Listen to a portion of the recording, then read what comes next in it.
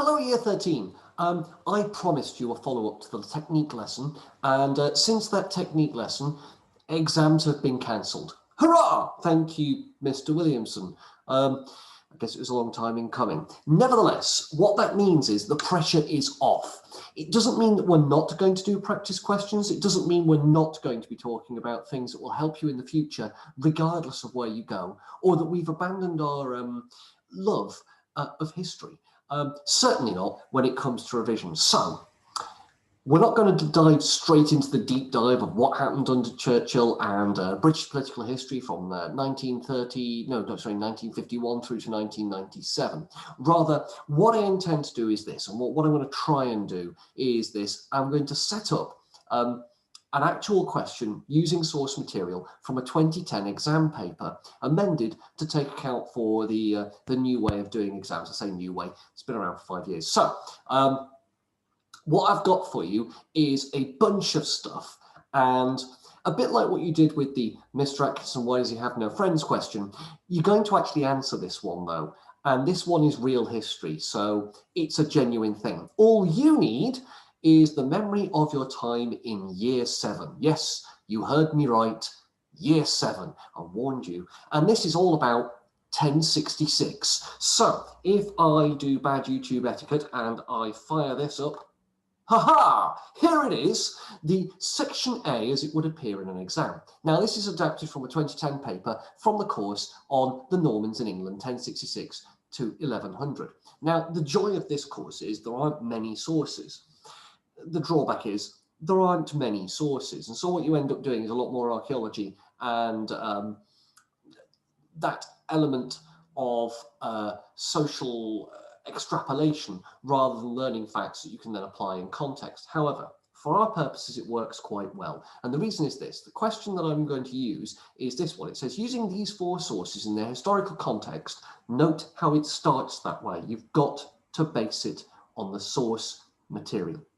Assess how far they support the sources support, not whether or not this is a supported interpretation, not anything on the interpretation itself. How far do these sources support this interpretation? That means you've got to start with the source material. You can analyze it, you can cross-reference it, you should. You can evaluate it in context, knowing a little bit about the authors.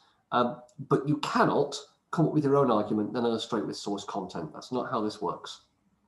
How far they support the interpretation that William I's leadership was the main reason for the Norman victory at Hastings. Now, you guys undertook lessons. If you're in, if you're in history at Ecclesbourne, you definitely did lessons where we weighed up at least 4 reasons why.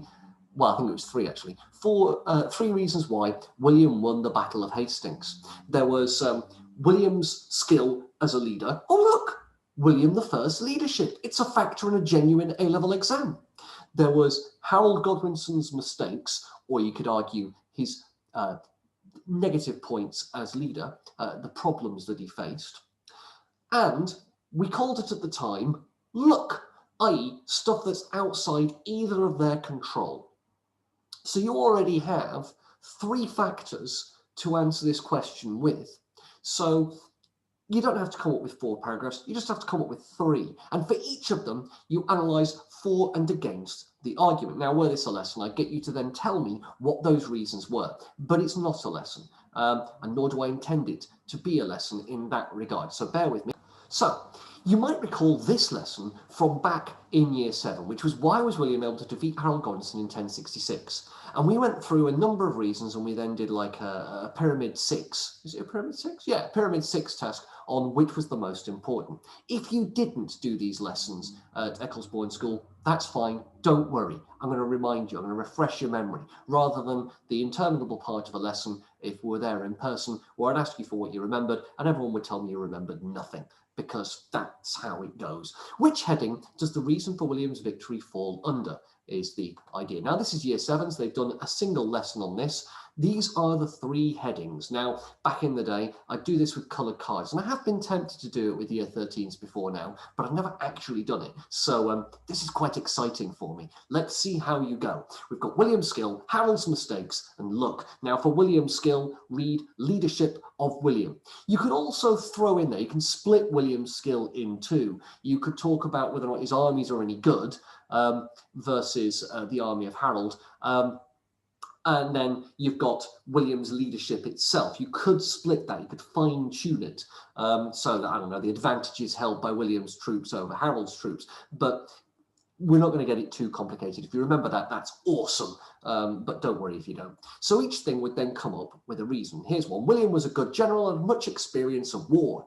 His men were well armed and well trained. Now, obviously, it's a no-brainer. Of course you know what the answer is. I've given you plenty of time to yell it at the screen. It is William's skill. Well done. If you said anything else, you are weird or deliberately doing it. Either's fine, I guess. Harold made some mistakes as a general. Gee, I wonder which one this is going to be. Although his troops were in a strong position at Senlac Hill, remember that position where he had the sort of hill and they were stood on the brow of the hill, and therefore they had that whole thing with the two marshes. We're not entirely sure where the battlefield was, but we're reasonably confident that it was able to do that. Harold made some mistakes. Although his troops were in a strong position, they were too spread out for Harold to control them properly. You may remember the lessons in year 7. Basically, Harold had to yell at his far corner, and they literally couldn't hear him, and therefore they went out of control. And when they were tempted down the hill by the attack and feint, they were then slaughtered in what we call in military terms in detail, bit by bit, piece by piece, over several hours at the bottom of the hill. Which one's that? Gee, that's hard. Yeah, it's Harold's mistakes. Yeah, you see how this goes. William was able to trick some of Harold's troops away from their strong position by getting his troops to pretend to run away, attack and feint. When part of Harold's forces ran down after them, they were cut down. They were murdered. Which one's that? Yeah, that's not hard. It's William's skill. Again, I don't think you need much here.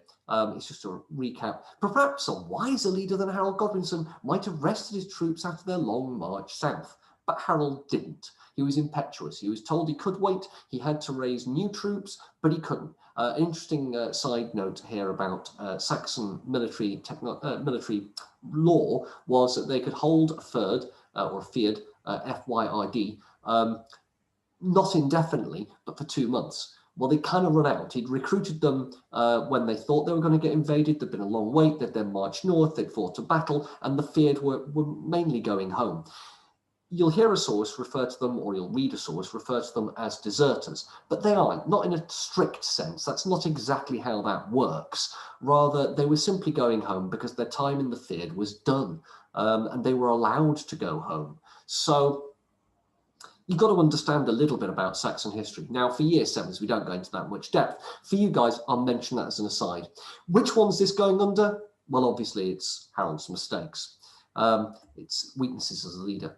As a leader, Harold was brave and impatient rather than cunning and wise. In other words, he didn't plan much. He sort of ran at things and hoped they got out of the way. And given he was a huskar with a giant two-handed axe and chainmail and to all accounts pretty darn buff. Do we use buff? Do we use hench? I'm really uncertain. He was a full meal is what I'm saying. He wasn't exactly into sneaking around and making battle plans. William, on the other hand, had fought a series of wars in Normandy in order to gain his inheritance, as he was the son of a tanner, someone who turns animal skin into leather. And in one famous siege, of course, when he was still known as William the Bastard, because he wasn't a legitimate heir, the townsfolk decided they would taunt him by hanging leather over the walls of the town. When he captured the town, he then had the burghers, the people in charge of the town, skinned alive, because he'll show them what the son of a tanner can do. This is the kind of man we're dealing with. This one, obviously, by now I've given you plenty of time. It's Harold's mistakes. Yeah, obviously. Next one, King Harold Hardrada of Norway invaded England a few days before William landed in the south. Harold Godwinson had to march north to defeat the Vikings. Though the English won the battle, Harold lost many good troops. Now, there's a bunch of stuff going on here, but generally speaking, you could split that in two easily, into two separate points. We're talking about yeah, obviously we're talking about luck. No one can control, apart from Harold Hardrada, when Harold Hardrada is going to invade. The wind had changed. It was under no one's control. I don't know whether luck is the correct term here, but factors outside of the leader's control would be absolutely fine. William's courage during the battle inspired his soldiers to fight well. Basically, there's a bit where he apparently tipped his helmet back and people could see he was still alive rather than thinking he was dead. William's force are mercenaries. The vast majority of his troops are fighting to be paid. Seeing that their patron is still alive is likely to keep them on the battlefield for longer because they've got a chance of being paid if they win. If William is dead, they're just going to run because there's no chance of being paid. Harold's troops, on the contrary, will fight to the death because they're not there for Harold, they're there for a blood oath they've sworn to Harold, which is a completely different thing. So whilst this seems like William's leadership, you could argue that it undermines his effectiveness as an armed force. I've given the game away, of course, it's William's skill, but you know this is designed for year 7. When William landed near Pevensey, near Hastings, there was no army to oppose him. He was able to build strong fortifications to defend his position. Well, that is William's skill and Harold's mistakes. Is it relevant, however? Will you find yourself talking about this when you're talking about the effectiveness of William's leadership? No. No, you won't. It was thrown in there for year 7s to make that very point. Now, if you're clever, you can bring it in and argue that William's skill allowed somewhere to fall back, and therefore his troops were less concerned if they lost the battle. They could always come back later. But your mileage may vary. Don't worry if you don't use it. And therefore, which is the most important factor? Well, this is where we have the debate in a year 7 lesson, and we come to the idea that there's no real proper full answer to that. It all depends on how well you explain it and which one you want to choose. And I use this to say, well, are historians wrong when they say different things? To which, of course, the answer is no. You can argue anything you like, provided you back it up with evidence. So there's your recap, a brief refreshing of your mind about what happened at the battle. Harold gets killed, according to the Bayeux Tapestry, which was made many, many years later. It isn't really a tapestry, it's more of an embroidery. But many, many years later, according to that, he was killed, and there are 2 scenes underneath those words. One is of a man standing like that, though that appears to have been changed. It shows an arrow to the eye, but originally that thread wasn't there. It looks like originally he was just simply shaking his fist. And then there's another bit where he's a soldier with an axe, a double-handed axe, is being ridden down by a cavalryman and killed. What we do know is during the battle, Harold was killed. The Hussars closed on his body in an effort to stop him being mutilated, and they failed. Everybody died. And then they were stripped by the Normans of all their worldly possessions, and the naked bodies were turned into large mass graves because this is the Middle Ages and mostly people didn't die in battle. They ran away and died of their injuries later, if they died at all. In this battle, it was particularly brutal, and the death count was particularly high. It's unusual for the time period. So yeah, it's an important battle even at the time, even if you forget this business of who won, who lost. So going back to the question, now you've had your mind refreshed, now you know a little bit more about the facts of the instance. What about the source material? How does it fit? The lettered sources, and you can use the Word file that's attached to the Show My Homework, and I would recommend printing it out if you can. If you can't, then I guess you'll have to scribble your notes separately, and I apologise. I'd love it if you could print it out. It'd be far more useful to you, and far more historical. It's the sort of thing at university you'll find yourself able to do. You can photocopy books and extracts, even if you're not taking history, and then draw all over them.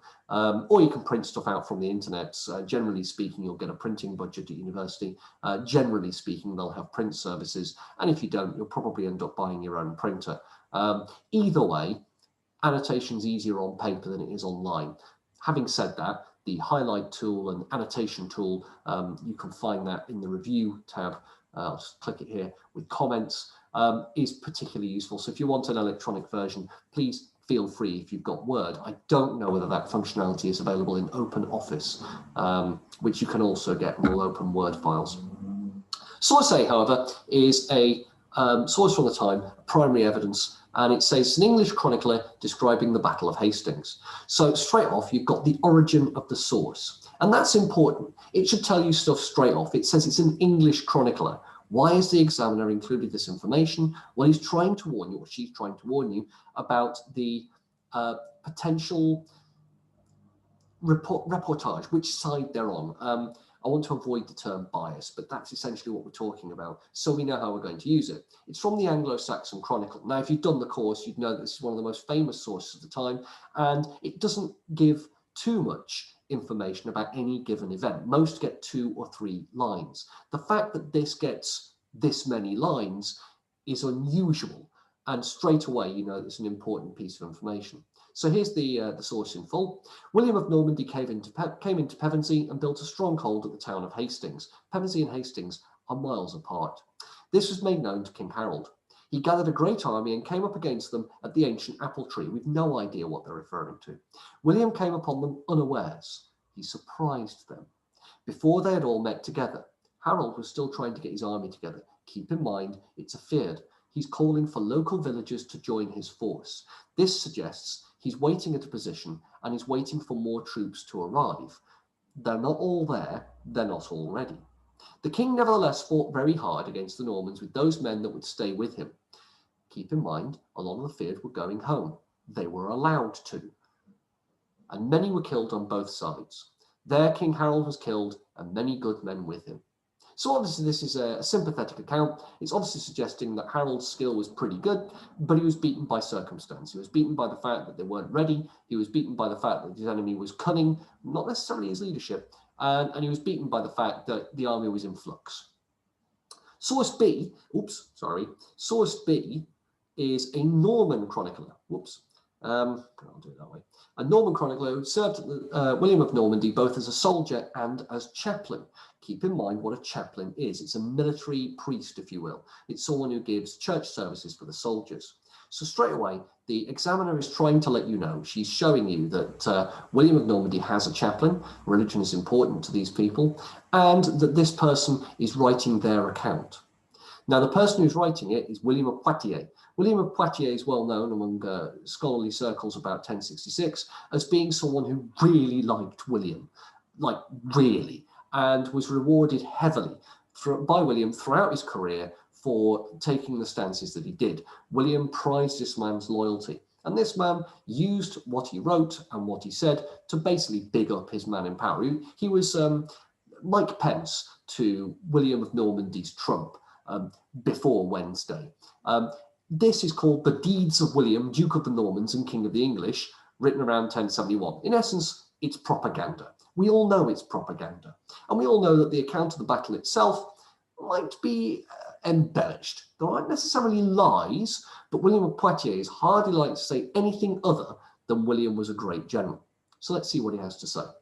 William advanced in good order. The banner which the Pope had sent to him was borne aloft at the head of his troops. This is a big deal for William of Poitiers. It's not a big deal for anyone else talking about the battle. The Pope apparently did give a banner, that's a flag, to William of Normandy to prove that the Pope was basically on his side. William of Normandy had asked, could he invade England beforehand, and the Pope had essentially said yes. That means it probably was somewhere featured in the battle. As to its effects on the troops, difficult to say. It was a statement of intent. Bear in mind, William's army are mercenaries. They're not there fighting for William, and they're not there fighting for religion. And certainly the other side didn't really recognize anything other than, oh, the Pope said yes. Yes, the Pope is God's representative on earth, but both sides recognize that he is a mortal man and God is, well, God. So having the banner might have induced a groan from his opponents, but that would be about it. Beyond that, no one's really going to notice. However big the banner is, it's going to get obscured quickly. Poitiers thinks it's important to mention it. In the first rank, he placed the foot soldiers armed with arrows and crossbows. In the second rank came foot soldiers more heavily armed and clad in coats of chainmail. And finally came the squadrons of knights, in the midst of which he rode himself.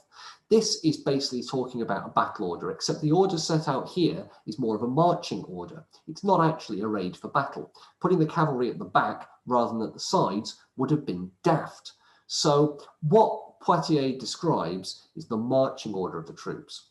However, what that shows and what you can use it to prove is that it's well organized. and that it's easy to command his troops compared to Harold with his troops spread out along a long frontage, way too wide in order to fill up the gaps between two marshes, to make sure the cavalry couldn't get behind him. So William's got a much tighter control of his force, and that's what Poitiers is referring to. He displayed the greatest courage, and from his position could give his orders by hand and by voice, thereby proving that they're kind of compact, they're close together, they can see what he's saying by his hands, and they can hear what he's saying because he's able to shout to them, something that Harold couldn't do. Harold wasn't on horseback, Harold fought on foot, and that instantly reduces the amount of space and the amount of visibility that he has as a general. Does that make him a less good leader? No. Does it help us understand William's leadership? Yeah, you could argue that his troops are going to be more responsive to his leadership. Source C is a chronicler who is a prominent clergyman, that means a member of the church, and was born in East Anglia, describes William's tactics. Now, this is important. East Anglia was where the uprising came from under Hereward the Wake, the largest uprising against William of Normandy. This meant it was also the scene where an abbey and a monastery basically took Hereward the Wake in and gave him sort of religious backing. So, and it's also marshy, and it's got a lot of people living there who, for almost 100 years afterwards, refused to accept defeat. And the Normans had a devil of a time trying to impose order in these tiny villages, separated by large paths with one or two knights per village. Many massacres were carried out immediately following the invasion, generally through massive misunderstandings because neither side understood the other one. The villagers would use the same term for people outside the village as they used for total foreigners in Genghis, whereas the invading knights assumed they meant, well, the French. So it all got a bit heated, is my point. Towards this time, note the date, 1123 to 1133, things have calmed down. And the chronicler here is Henry of Huntingdon. So Henry of Huntingdon is interesting because by this point, all of the people who are in positions of power and therefore literate are Normans.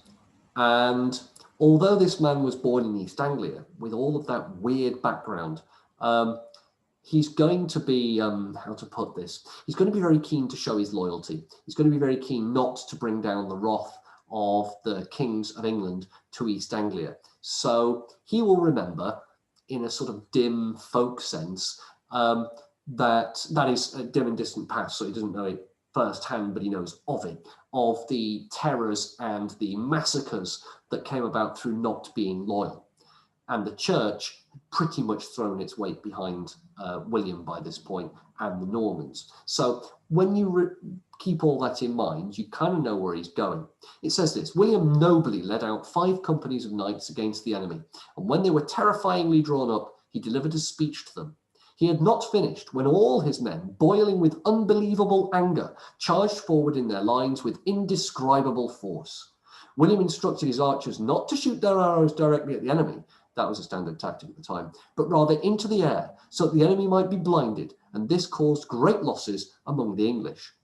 And that much is borne out by historical evidence and archaeological evidence. What little we can find out seems to indicate an awful lot of bodies were killed by arrows, or at least were peppered with arrows. Whether or not it killed them, it's often difficult to say. And so what we've got here, and one of the weirdest things is, where are the archers at the Battle of Hastings? It appears the English don't have any, which lends weight to that first source A saying that not everybody had turned up yet. Anyway, Henry of Huntingdon clearly implies that William's leadership and skill was what won the day. There's nothing there about mistakes made by Harold, apart from the fact that he doesn't have archers, which you wouldn't get away with firing the arrows up. If the enemy had archers and they were above you, they could just pepper you with arrows and murder the lot of you because their range is longer. So there's a hint there that something else is going on. But you've got to keep in mind his background when you're listening and reading what he says. A bit like Poitiers. We don't have any other accounts, really. This is the best we've got. The last one is source D, and this is a chronicler who had Anglo-Norman parents. So one of his parents is English, the other one is Norman. That's interesting straight away. And it describes Harold's problems. So we've got a first indication that there's another aspect to this. And basically the examiner has told you what the factors are. We've got things outside of both of their control. We've got William's skill, Harold's mistakes. Harold returned from the battle. So this is William of Wallsby in something called The Deeds of the King of England, written between 1135 and 1143. Now he's an interesting character. He bemoaned the influence of foreigners and said that the English had lost control of their land and that there'd be no remedy to this utter terror that occurred. There used to be a quote in my room about this, actually. England's given up and is the domain of foreigners. So he's a bitter Englishman who recognises Norman control and strength, but hates it. And he's got Anglo-Norman parents. He's the typical teenager who hates one of his parents and the other one, I hate you, Dad. Or maybe it was his mum. I can't remember off the top of my head. But you can sense a sort of boiling anger going on here. And this is what he has to say. Harold returned from the battle with the Norwegians, happy in his own estimation at having conquered, but not so in mine. And straight away you see why I don't like the first person in historical essays, as he'd won his victory by killing his own brother. Well, I mean, how dare he? When he had heard news of the Normans' arrival, he proceeded to Hastings, although accompanied by very few forces. He did not summon troops, nor, had he done so, would he have found many ready to obey his call, as men were hostile to him, because he had kept all the plunder from the battle in the north to himself. I'm not sure that that's true, but it's certainly a good story and does help explain why troops that weren't there on the battlefield, the archers, weren't there on the battlefield. Malmesbury's argument is that he was suffering desertions. But as I've explained, the Fyrd was an interesting Saxon thing, and this is being written, well, not that long afterwards, but long enough afterwards that his readers aren't necessarily going to understand or want to understand how a Fyrd works. They're now living under feudalism, and when your lord calls you into battle, you damn well go, because that's the only way you're going to get defended. So the fact that Malmesbury is using a feudal method of understanding battles, i.e. people leaving because they no longer keep fealty, rather than a Saxon method of understanding battles where people are free to go home at a certain time because that's the time they've served, is telling and might help weigh the evidence you've got here. Again, he's not making stuff up, he's not lying, but you might interpret the evidence differently, knowing a little bit about the background. Now, the three areas of this essay, and I am going to get you to write it. How long we have? You'll have a week, and I'll mark them all, don't worry. The three areas are clearly William's skill or leadership, that's the one in the question, Harold's mistakes or weaknesses, whichever you prefer, and you wouldn't call it luck, but factors outside of their control. You can split William's skill into two. You could talk about William's leadership, the decisions he took on the battlefield and the decisions he took beforehand, versus his force versus Harold's force, the army. So there is a potential to write a 4-paragraph answer. And you will note that I have not gone over in this recap the characteristics of the two forces. I'm leaving that for people who can remember it and who feel the need to parade a little bit. Much like the course itself would be, if we were learning about 1066 and England under the Normans, there would be sections that were deliberately left fallow, as it were. We'd mention them in passing, and the course would not expect you to know them. Now, there is a model answer for this. And I guess, before I go any further and sort of throw it up to you guys, I should go through that model answer. So you'll find that model answer attached to my brain will kick in a moment, attached to the Show My Homework section. And everything you need to know is on there. And I'll include a mark scheme from Y113. And what I've asked you to do as a task is to mark that answer. So if you have a read through now, take your time, look at the levels, have a mark of the answer, pause this video whilst you do that, and I reckon it would take you around about 15 minutes to mark that totally and to read it fully. The answer was written by a student. It was written in exam conditions. It was in the first exam. It was an examiner's meeting, and this was thrown out as an example of one of those levels. So it should be pretty clear. But if you pause the video, and then we'll come back afterwards.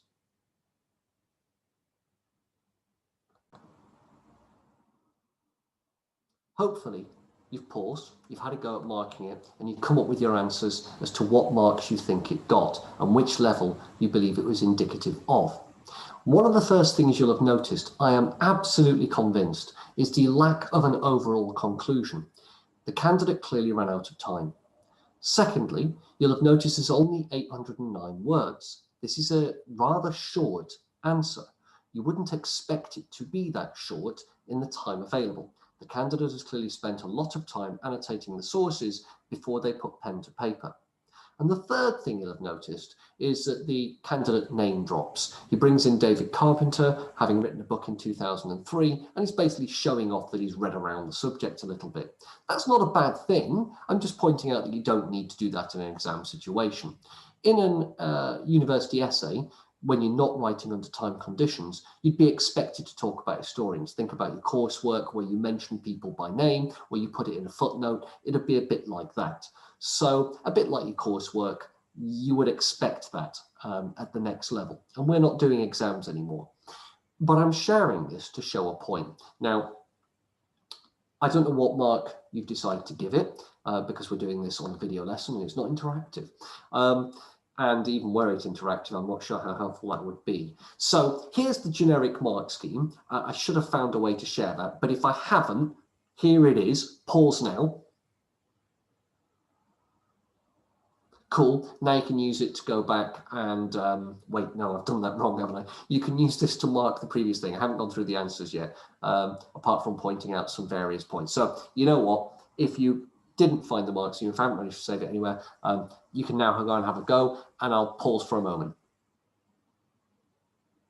Okay, cool. And if you did it already, it's fine. Don't worry about it. So here's the sample mark scheme.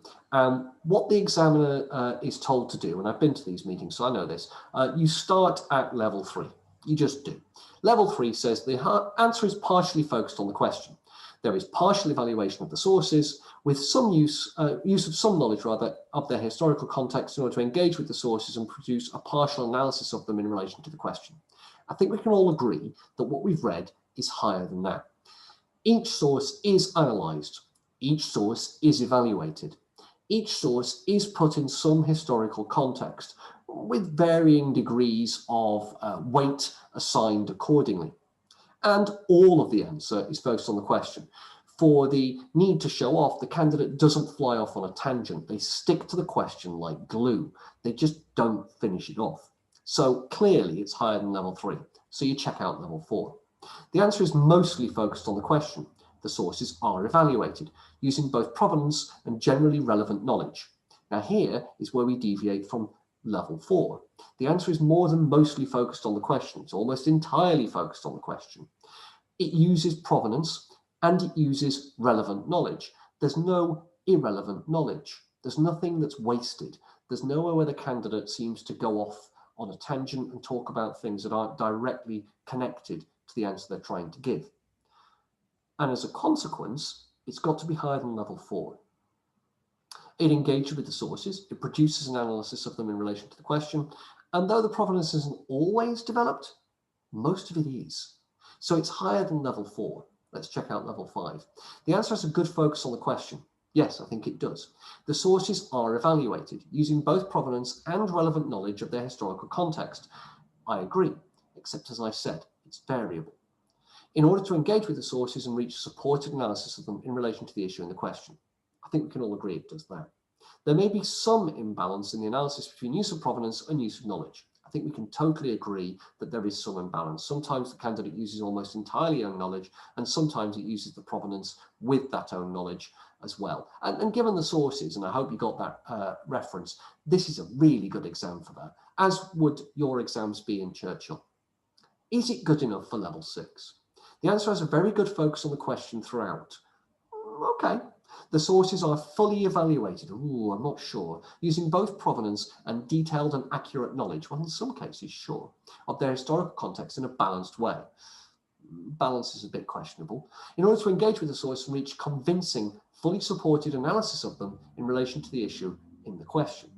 Well, yeah, I think apart from the word convincing, but why? Why is it not convincing? Exactly. There's no conclusion.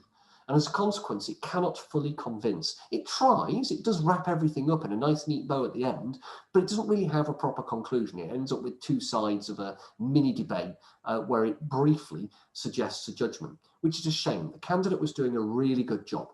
So where does it lie? It clearly hits everything in level 5. I think we can agree on that one. It does not clearly hit everything in level 6. It lacks being that convincing end. It doesn't have a very good focus on the question throughout. There are bits that slip slightly, but only slightly. So where would it fit? If you said borderline, i.e. 26 marks, if I were your team leader and you were an examiner, I would not quibble. I would be perfectly happy with that mark being awarded. If you said, well, so you said it hit everything in level 5 and you said it hit some of level 6, and therefore I'm going to place it at the lower end of level 6, and I'm going to place it roughly in the middle and give it 27 or 28 marks.